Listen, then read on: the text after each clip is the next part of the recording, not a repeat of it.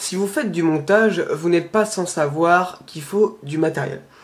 Et pas n'importe lequel, du matériel souvent très puissant, assez cher, pour au final l'utiliser pas forcément très longtemps. Aujourd'hui, je vais vous présenter le mien, parce que je vous rappelle qu'on est deux avec Lucas, nous sommes deux à réaliser les films, entre le montage, la post-production et bientôt la couleur, parce que jusqu'à maintenant, quand on a fait de la couleur, ça a fait de la merde. Donc aujourd'hui, moi je vais vous présenter mon setup, le mien. Alors il faut savoir que ça évolue, hein. Tous les ans il y a beaucoup de choses qui vont changer, surtout chez Lucas. Je vous propose qu'on commence tout de suite. Alors je vais prendre la caméra, juste un instant.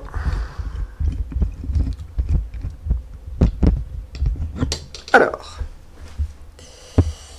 pour commencer, pour filmer, nous utilisons un G7. Alors, voici à quoi ressemble le G7. C'est le petit frère du GH4, avec quelques caractéristiques en moins, pardon, mais qui est tout aussi complet et utile.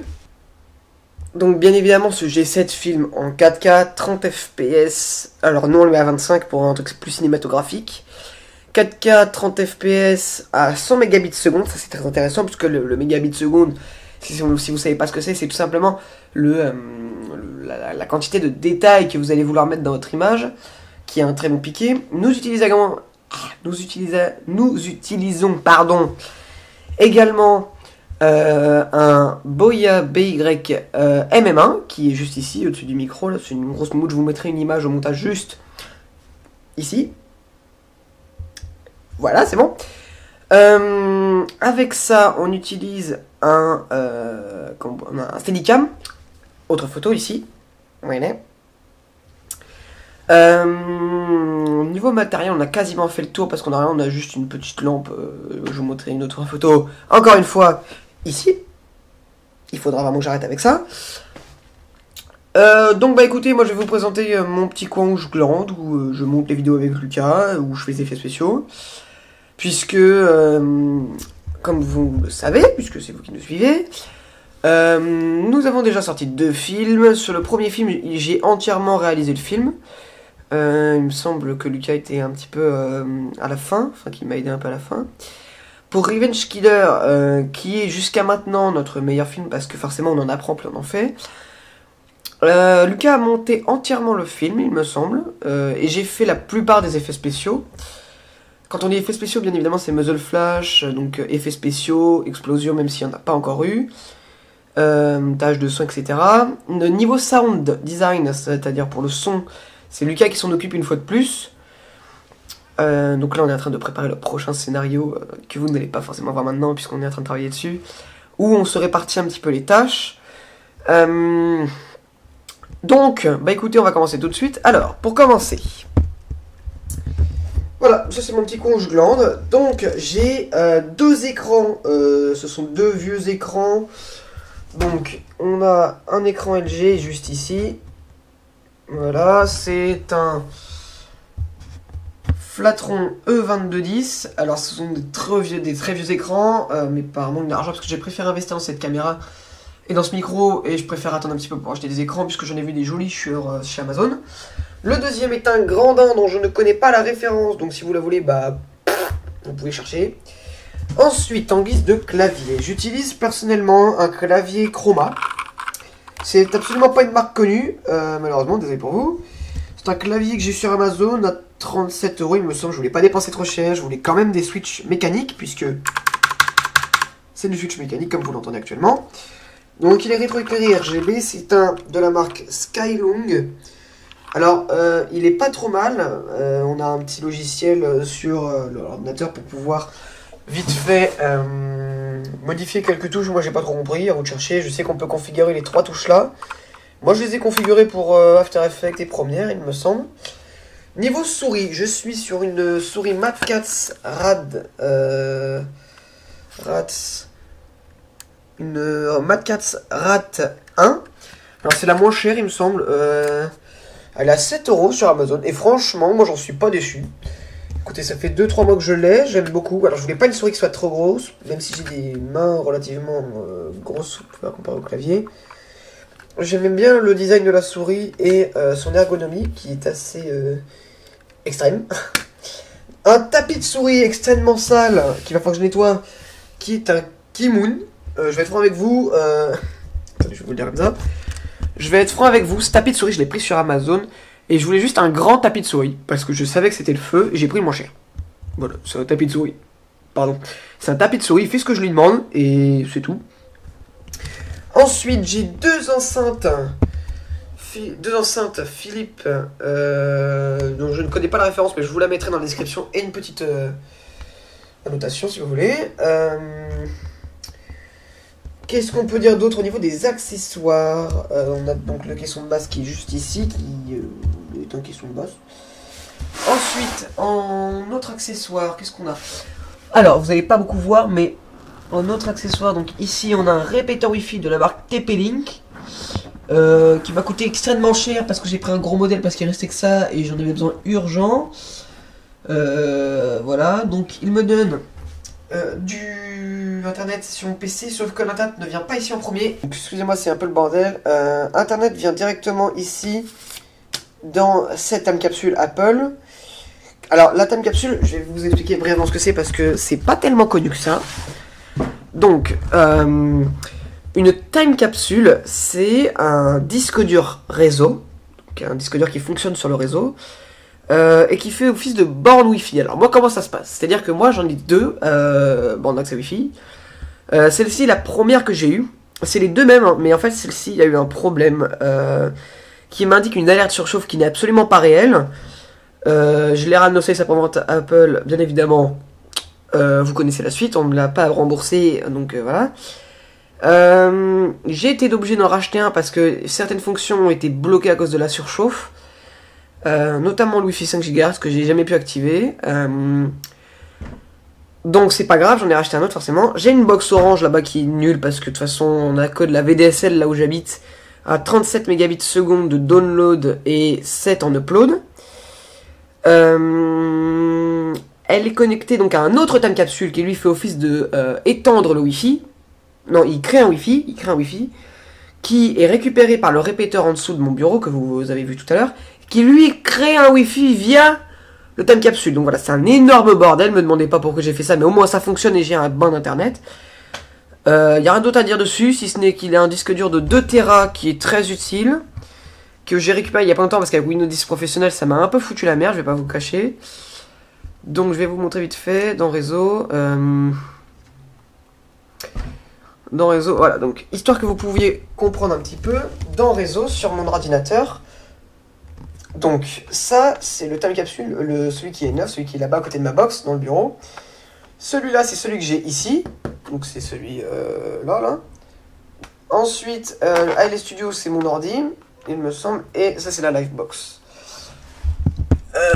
Le time capsule est vraiment utile parce qu'il permet de stocker 2 Tera. Alors il faut avoir la connexion internet pour, parce que sinon c'est un peu long. Et là, histoire que vous voyez un petit peu, en termes de place, alors j'ai quasiment rien mis dessus, si ce n'est que les anciens plans des deux anciens films. Bon d'accord, alors il me semble qu'il est à peu près plein à 500 Go, donc il me reste 1 Tera 5. Et de toute façon, j'ai l'autre au bout là-bas qui me sert de deuxième disque dur. Ensuite, en termes de disque dur, j'ai deux disques durs, donc celui-là est assez vieux, c'est un USB 2, il fait 500 Go. Je m'en sers pour tout ce qui n'est pas très important, donc les anciens plans et des bonus. Celui-là est le plus important, c'est mon 1 Tera de 3.0 il me semble. Oui, 3.0. Je m'en sers pour mettre tous les effets spéciaux dessus, parce que vous verrez que bien évidemment les effets spéciaux ça prend énormément de place, c'est impressionnant. Et donc histoire que vous pouviez voir... alors donc, vous souciez pas trop. Donc le premier disque dur que je vous ai montré, celui de 500 Go, il est là, il est complètement vide, je l'ai vidé parce que je vais bientôt le réutiliser pour mettre mes sauvegardes et compagnie. Et le deuxième, il ne me reste que ça, c'est-à-dire 161 Go parce que j'ai utilisé beaucoup et j'ai beaucoup d'autres documents personnels dessus. Pour continuer tout simplement là-dessus, donc mon Windows 10 professionnel est sur un SSD qui est complètement vide, qu'il va falloir que je bidouille un petit peu. Il fait 60 Go, je me suis un peu fait douiller, c'est un de la marque Drevo. Il est pas trop mal, il est assez rapide. Donc j'ai mis mon Windows dessus et tous les logiciels Adobe, puisque j'ai toute la suite Adobe. On a ensuite ici un disque dur fait pour le jeu et... le focus s'il vous plaît. On a ici un disque dur qui est quasiment plein, il reste 17 Go, c'est le disque dur des jeux. Donc notamment, par exemple, la petite mise au point. Donc, notamment H1Z1 ou alors... ça peut très bien être du GTA qui prend 70 Go, du Overwatch, Fortnite, Subnautica, etc. Et on a le dernier qui est le Local Disk X. Et donc celui-là me sert en fait de cache.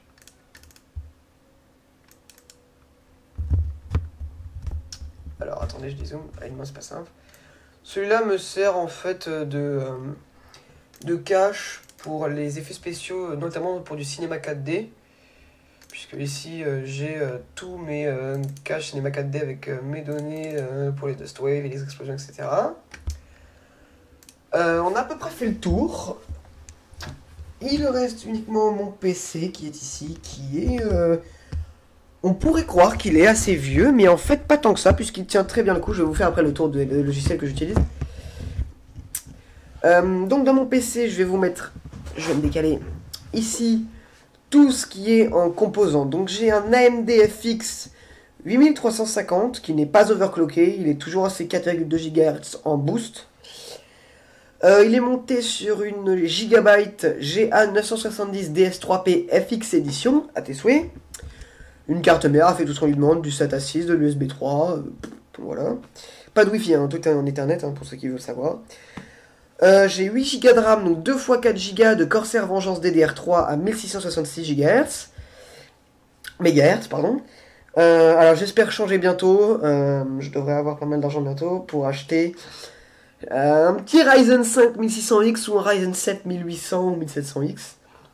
Ce serait le rêve avec 16 ou 32 Go de RAM. Et le prix de la RAM a bien évidemment complètement flambé, hein. On est passé de... J'avais acheté ma RAM, mais 2 x 4 Go à l'époque, à 50-60 euros. Ils sont maintenant à 120 pour la Corsair Vengeance. J'ai un Water Cooling Cooler Master Master Liquid 120L, donc ML 120L. C'est un Water Cooling de la série Master Liquid. Il est en RGB, avec un seul ventilateur, c'est un 120 mm. Il fait très bien le taf, il maintient très bien le PC au froid. Alors c'est pas conseillé de prendre du 120 mm, tout simplement parce que moi il est à l'arrière, je vais vous montrer l'intérieur du PC. Et n'ayez pas peur de la poussière, faut que je le nettoie quand même aussi. J'ai une GTX 1050 de chez MSI que j'aimerais bien changer vu que le prix a baissé grâce au RTX. Et quoi d'autre? J'ai une alimentation Cooler Master Watt 500 Lite. C'est une alimentation qui fait ce qu'on lui demande. Elle est assez puissante, elle me suffit. Techniquement, il n'y a rien d'autre dans le PC. 3 disques durs que j'aimerais bien upgrade sur un 2 Tera de chez Toshiba. Parce qu'il n'est pas trop cher et il fait très bien ce que je lui demande. Et c'est un boîtier Bitfenix Nova. Qui, je n'aurais pas dû prendre ça. Parce que le disque, il fait beaucoup de bruit. Il n'y a pas de support anti-vibration pour les disques durs. Enfin... C'est un boîtier entrée de gamme, très très entrée de gamme, avec pas forcément un truc de bonne qualité. Donc écoutez, c'est comme ça. J'ai été pas très intelligent, mais bon. Voilà.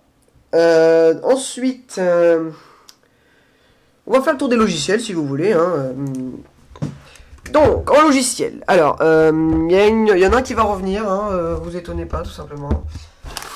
Autour des logiciels, donc je suis une personne full Adobe, ne me parlez pas d'Avid Media Composer et encore moins de Final Cut, ce n'est pas fait pour moi. Donc moi j'ai la suite Adobe Creative Cloud, j'utilise Adobe After Effects c'est 2018 avec Element 3D et d'autres plugins. J'utilise également Adobe Premiere Pro, alors ça c'est plus Lucas qui s'en sert, mais je m'en sers également quelques fois. J'ai également...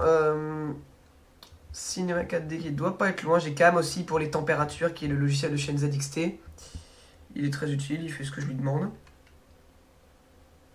Enfin j'ai Cinema 4D, hein, vous le voyez, il est juste là. Et bah écoutez, je pense qu'on a à peu près fait le tour. Je vais vous montrer juste mon PC parce que ça peut être intéressant à l'intérieur. Alors cable management, je n'ai absolument rien fait. Enfin, j'ai monté entièrement mon PC moi-même et Il était très bien fait au niveau du cable management, mais à force de rajouter des disques durs, des SSD, ça a foutu le bordel. Donc je vais vous montrer ça. Alors, ça donne. Nous avons donc ici notre Cooler Master Liquid ML120L. Ici notre GTX 1050 Ti. En dessous également il y a notre FX 8350, nos 2 x 4 Go de RAM de chez Corsair, ici présent. Notre alimentation Cooler Masterwatt 500, le focus ne veut pas se faire, excellent. Et voilà, donc c'est là que ça fait peur. Ne vous inquiétez pas, une fois la nouvelle config, je referai tout bien.